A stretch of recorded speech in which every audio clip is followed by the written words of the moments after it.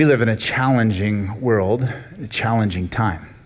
There's all sorts of challenges in front of us. I want to present to you an option. A, B, or C are going to be the options in front of you. What's the most challenging issue of our day? What's the most challenging thing that's facing us in our day? I want to just ask you that question. I'm going to give you three options and think through which of those you would choose. First, economic challenges. Economic challenges. We live in a challenging time economically. Right after we finish here today, I'm going down to Costco to get the cheapest gas I can, because even there, it's ridiculously expensive. I was informed by my wife we've doubled our monthly budget already, for gas. It's crazy, right? It doesn't take a long time to talk to a young person to realize that employers are not hiring at the same rates they've hired before. We have $18 trillion of consumer debt in our country. $18 trillion. It's an economically challenging time. That's door A. Door B, political divisiveness. Oh boy. Do we live in a politically divided and divisive time, or what?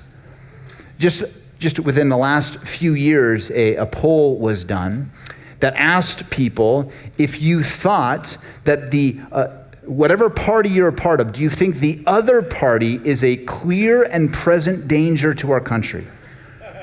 2/3 of Americans said yes. 2/3. You see the rates of people who are willing to have their children marry someone who votes on the other side. People who are young adults who are considering marriage partners, unwilling to consider. It's a politically divided time. Economic hardship, door A. Political divisiveness, door B. Or door 3, door C. Let's try not to mix those. Mental health issues. Mental health issues. Mental health issues abound. Anxiety rates, depression rates, just among teens in the last decade. Boys, their mental health, depression rates have skyrocketed 145%. 165%. Girls, 145%. Massive increases in depression, in mental health issues. So which is it? Door A, economic issues. Door B, political divisiveness. Door C, mental health issues. I'm going to argue that there's a through line through all of those. And it's that little device in our pockets, that rectangular square, that screen that we carry around everywhere with us. That device is the gateway through our spending. That device is the gateway through which we are outraged and enraged by other people, divided. That device is the issue that draws us in and pulls us into cycles of anxiety and depression. That's why we're launching this 5-week sermon series called Feedback Loop. We engage with and consider the challenge of our times, one of the most pressing challenges of our time. The reality of the pervasive screen that's pulling us in and having a massive impact on us individually and culturally. Now to start, I want to take us to Ephesians 5. Before I do so, I want to just lay out the challenge for us in this way. The challenge for us is this: to live wisely in an unwise world, to choose wisdom instead of foolishness, and to choose the light of Jesus Christ instead of the light of our screen. So let's open up to Ephesians 5, and we'll start in verse 1. Therefore, Paul says, be imitators of God as beloved children. Be imitators as beloved children. Paul has been transitioning in his book. Paul writes the book of Ephesians to the people at Ephesus, and he's writing to a people that are, well, frankly, very similar to us. Ephesus was a port town, a wealthy town. Tons of money came through Ephesus. It was an extremely pagan town. Using today's terminology, you could call it a secular town. There's all sorts of forms of worship, all types of people that are drawn into this port city.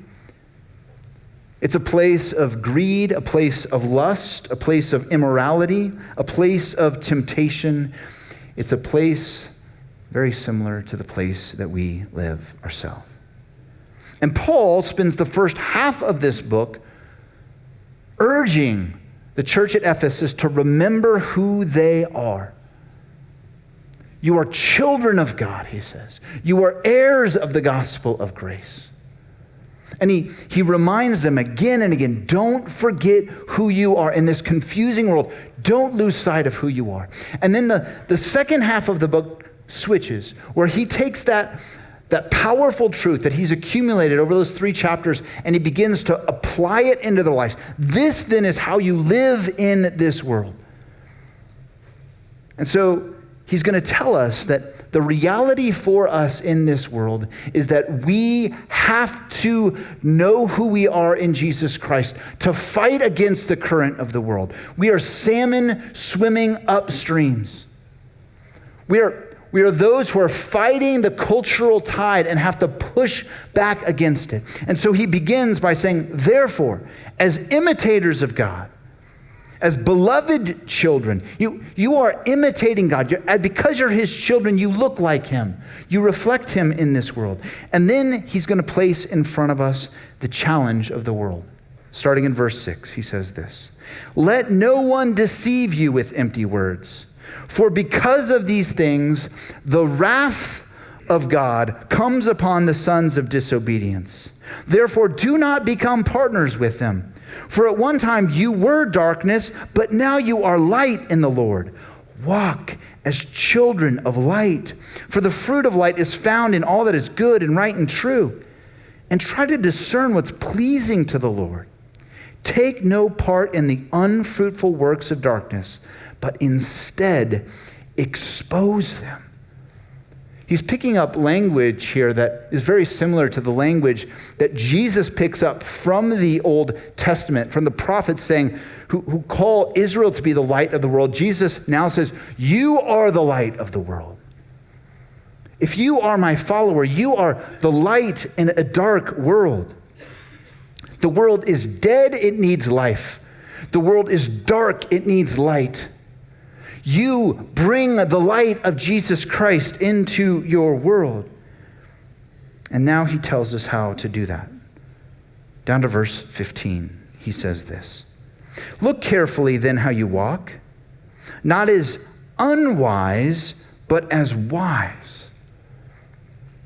In other words, it takes wisdom to walk with Christ in this world. The natural pull of the world, Paul assumes, Christianity assumes, is foolishness. If we are not intentional, we will walk in foolishness. We will walk in darkness. So walk with wisdom, Paul says. Then he says this in verse 16: making the best use of the time, because the days are evil. That little final phrase can be shocking to us. The days are evil. Evil? Yeah. The world, the days, it drifts into darkness. It is evil. It drags us into darkness if we follow its patterns. And so, Paul says, make the best use of the time. In fact, literally in Greek, it says, redeem the time. You have to seize the time. You have to pay for the time. You have to atone for the time and drag it from the dark into the light. Actually, just not long before Paul was when Horace, the Roman philosopher, came up with that little phrase, carpe diem, seize the day. This is the Christian version of it. Seize the day, not for personal gain, but for the glory of God. Grab hold of it. Don't allow days, hours to slip into days to slip into weeks, weeks to slip into months. Seize it before it slips through your hands. Annie Dillard, the author, once said this: how we spend our days is how we spend our lives. It's true, isn't it? The Christian life is an obedience in the same direction, a faithfulness lived out day by day, walking the path of Christ to the glory of God in our lives. We're to stack one faithful day on the other. And it's so easy not to, isn't it? I think back to my sophomore year in college. Lewis was the name of the dorm. Lewis 2. I don't know if Bond just came out, GoldenEye. I don't know. I'm aging myself, I know. But the video game, or if that just struck my world. But man, we were dragged into the hole of GoldenEye. There's just perpetual ongoing tournaments on our floor. And when we weren't doing that, my roommate and I were in our room often playing a baseball game, dragged in. And here's what Paul is saying. That is not neutral. You're wasting your days. You're frittering them away. You're letting them be spent in selfishness and laziness and gluttony. Don't let the days take you away. It's not neutral. You will be dragged into darkness. There's an American theologian and pastor a couple hundred years ago by the name of Jonathan Edwards, who wrote a list of resolutions. One of his resolutions was this: resolved, never to lose one moment of time, but to improve it in the most profitable way I can. Resolved never to lose a moment of time, but to improve it in the most profitable way that I can. That is Ephesians 5:16, redeeming the time for the glory of God. And we live in an age in which the time is dragged from us. In 2007, the little device called the iPhone was created. A remarkable tool. Technology can be an amazing thing. It can be used for good. It has been used for good. It will be used for good. But let's not pretend as though on its own, to its own devices, it will drag us into holiness. It drags us into patterns of self-destructiveness. By 2010 to 2015, the social lives of Americans had shifted from face-to-face interactions to online. And there have been massive consequences for us. Massive consequences for us. That device is intended to hold you to it as long as possible. There's an engineer by the name of Asa Raskin. He's the inventor of the infinite scroll. Do you know that when you first, I know this is hard to believe, also aging myself, when you first got on Instagram, you could scroll through and they would say, no more posts. Good luck on that one, guys. It will scroll until infinity. The infinite scroll. Now not just on Facebook and Instagram and TikTok, but also YouTube and Netflix. Anything. It won't. You want to give it more time? It'll keep feeding you. Asa Raskin recently said this because he has had great dismay over the invention that he created. He said this: behind every screen on your phone, there are generally 1,000 engineers who have worked on this thing to try to make it maximally addicting. That's not the word of one person. This is what at least 2 lawsuits have found against Google and Meta. That they have intentionally structured that device to pull you in. Found guilty. Twice this year. They are intentionally trying to make their devices, social media, as addicting as possible. And here's the reality. We have to fight against it. We have to. Peter tells us as he begins his epistle, we are exiles in this world. We always have been. It's not a new thing. Christians, if you're a follower of Jesus, you're an exile in this world. The world is Babylon, and we are exiles in it. from a different kingdom with a different allegiance. Paul talks about it this way over in Romans 12. He explains to us that we will all be formed. The question is, how will we be formed? He says this, do not be conformed to this world, but be transformed by the renewal of your mind. You are going to be formed, Paul says. You're not going to stay the same. Not a person here will be the same person a year from today than you were today, and that's a good thing. Praise God for that. The question is, how will you be formed? Will you be conformed to the world? Will you allow yourself to let the world form you into its image? Or will you be transformed by Jesus Christ, the light of the world, into his image, to being an imitator of him in this world? We're called for transformation. We're called to be different, to stand out. And if we get pulled into this world, we are worthless. Jesus, right before he talks about us being the light of the world, city on the hill, in the Sermon on the Mount, he says, you are salt. But if the salt has lost its saltiness, it's good for nothing but to be thrown out and trampled underfoot. Christians, if we have lost our saltiness, if we have lost the transformation of Jesus Christ in our life, what good are we to this world? If we're being conformed by this world and manipulated by it, what good are we? We are called to be light. We are called to be salt. I remember the first time I went to Las Vegas. My sister was on a traveling softball team. I don't remember how old I was, maybe 12, let's say. We went there for a tournament, and we did all the Vegas things. We watched like the pirate show out there. We did the little, you know what I'm saying? I'm sorry, the thing where you go like this. Somebody at roller coaster, thank you. For goodness sake.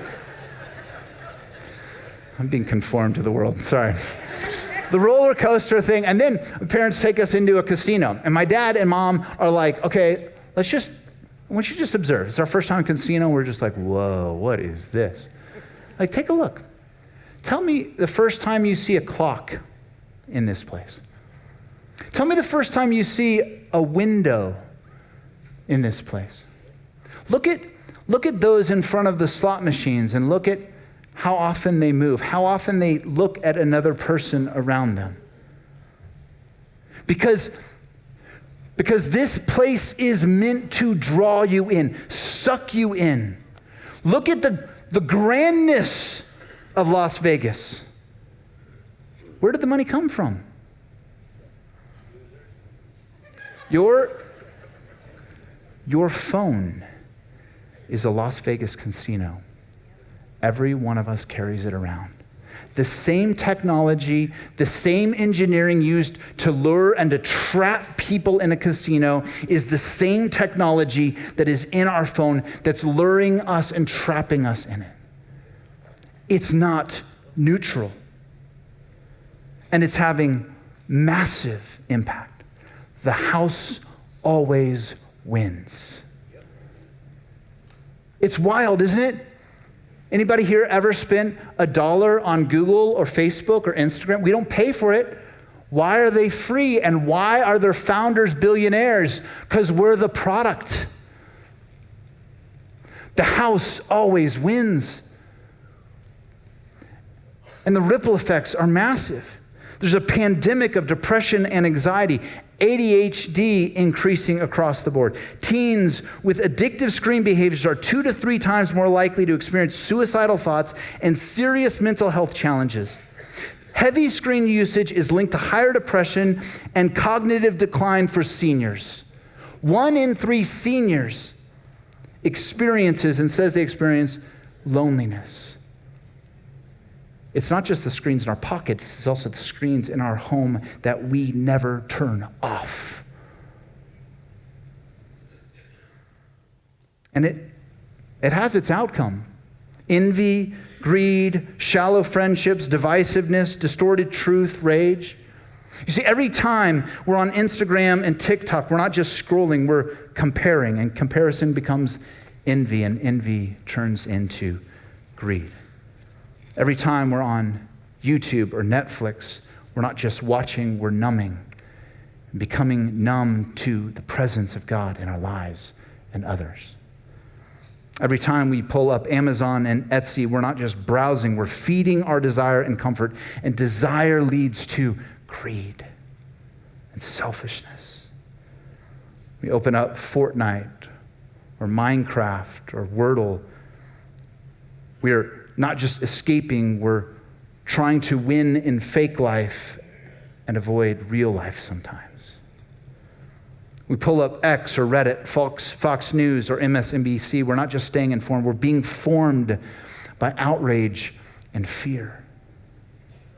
On dating apps like Tinder, we're not just connecting, we're reducing people. We turn image bearers into options. On DraftKings, we're not just risking, we're feeding our greed. And on it goes. No screen is neutral. Every swipe shapes us. Every buzz controls us. Every click forms us. And Paul responds, look carefully how you walk. Not as unwise, but as wise, making the best use of the time. Sometimes it's easier to see if we pull ourselves out and we look out of our fishbowl into somebody else's fishbowl. So drop yourself into Ephesus around the time of Paul's writing, okay? You've just landed in the port city of Ephesus. To the north of the city is the beautiful temple to the goddess Artemis, one of the 7 ancient wonders of the world. People would come from hundreds, even thousands of miles to visit the temple to the goddess Artemis. And, oh, by the way, the temple prostitutes and the lust and the greed and the licentiousness that all occurred there.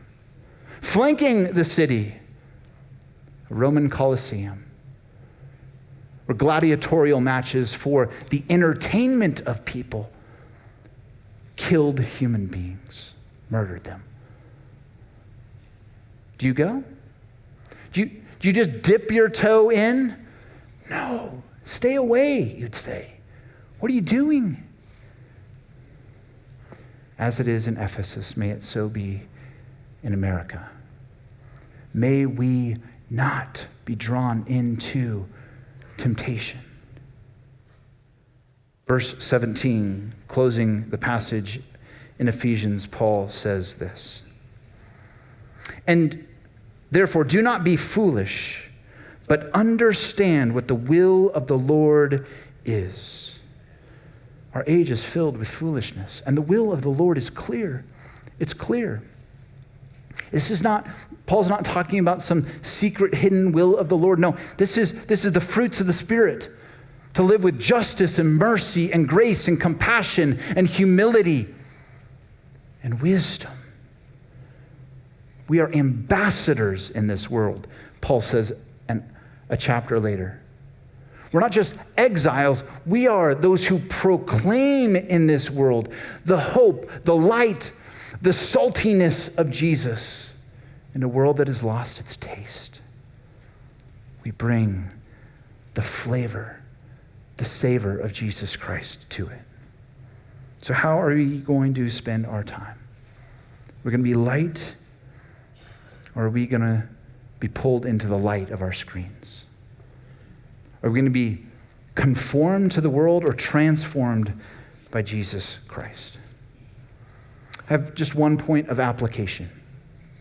10 options within that one point, and that's this.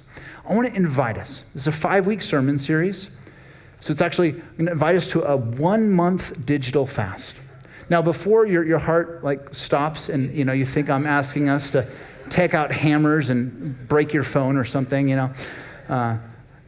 No. I recognize we can't turn back time. I'm not asking us to be Luddites. In fact, we know for a fact that there's a difference in the different realities of what we access on our phone. A text, an email, even visiting a website does not nearly have the same addictive behavior as jumping on a social media app on a shopping app, on a gambling app, dropping into an X or dropping into TikTok or whatever it is, and letting the infinite scroll take us down its river. And here's the reality. I don't want us, the hope here is to walk in the grace of the Lord Jesus Christ, to be imitators of Christ in his grace. So I do not want to layer on legalism or judgmentalism in this, but I do want us to walk freely. So here's the invitation: to step into a 1-month fast.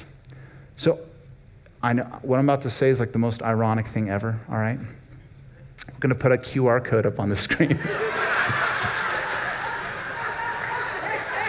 I know. It still is 2026, guys. It's going to take you to newlifetucson.live/digital-fast. Now, why would you do this? One is there's going to be some tools on that site. Second, it's going to offer you some options.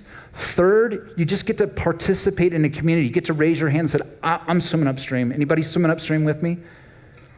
It's something that hopefully you'll find encouragement through. We'll send a weekly email. I know, again, a little ironic. Weekly email of some resources for you to grow in this. We need to be transformed, and we can't do it passively. So I invite you into that. Let me take us to 10 options for us to consider on this digital fast. You might have your own options. Don't feel bound by these.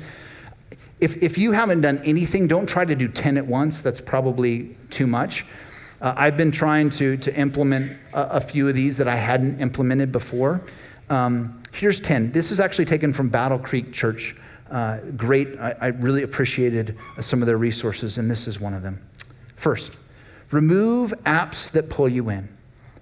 For the next month, what would it look like to just be honest with yourself? Man, that one takes more time than I really wanted to. I'm just going to delete it. Just start with a month. Delete it for a month. Second, turn on grayscale mode. I know that's kind of an odd one. My sister's been doing that for years. I tried it for the first time this week. It's actually kind of cool. The turning in grayscale drops the addictiveness level of your phone. If you don't know how to do any of these things, just Google them. I know, ironic. I'm sorry, guys. We're still fish in the fishbowl.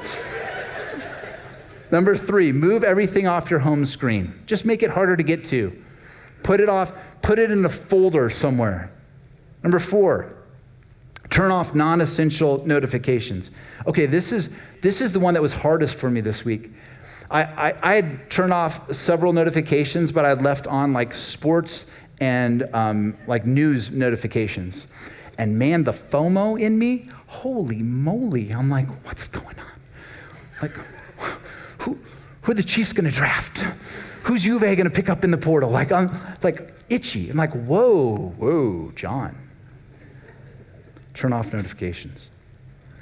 Number 5, charge your phone outside your bedroom. Make your bedroom. Don't make it the last thing you look at night and the first thing you look at in the morning. 6, set up daily phone-free zones. We did this a few years ago at our home over dinner. That is just, I don't have the capacity to have the phone at the dinner table and not respond to the buzz. So it needed to go away. Number 7, log out of distracting accounts. Meaning, make it harder for yourself to get back in. Every single time you have to log in, right? Don't let it remember your password. Oh, I have to log in. Do you really want to go in? How much do you want? Is it just a finger thing, or do you want to actually go in? Number 8, turn off cellular data for certain apps. Only let them work on Wi-Fi. Force yourself when you're out and about not to be on it. Number 9, I love this one. Use a real Bible or a real book. I love the Bible app. Praise God for the people who put out the Bible app for free. It's an amazing thing. I'm grateful for it. But here's the reality, for me at least. My best times with the Lord has to be with a physical Bible. I don't have the capacity. I'm too weak. Number 10, set a tech Sabbath or rhythm. Maybe a window one day a week, 24-hour period where you're just going to keep that puppy to the side. I get it. Everyone's different. This is not law. I want you to hear this as freedom, actually. We are called to be entranced by, drawn by the light of Christ and not the light of our screen. To be conformed to Jesus Christ and his image, not be conformed to the world, be transformed as the people of God, and to be salt and light in this world.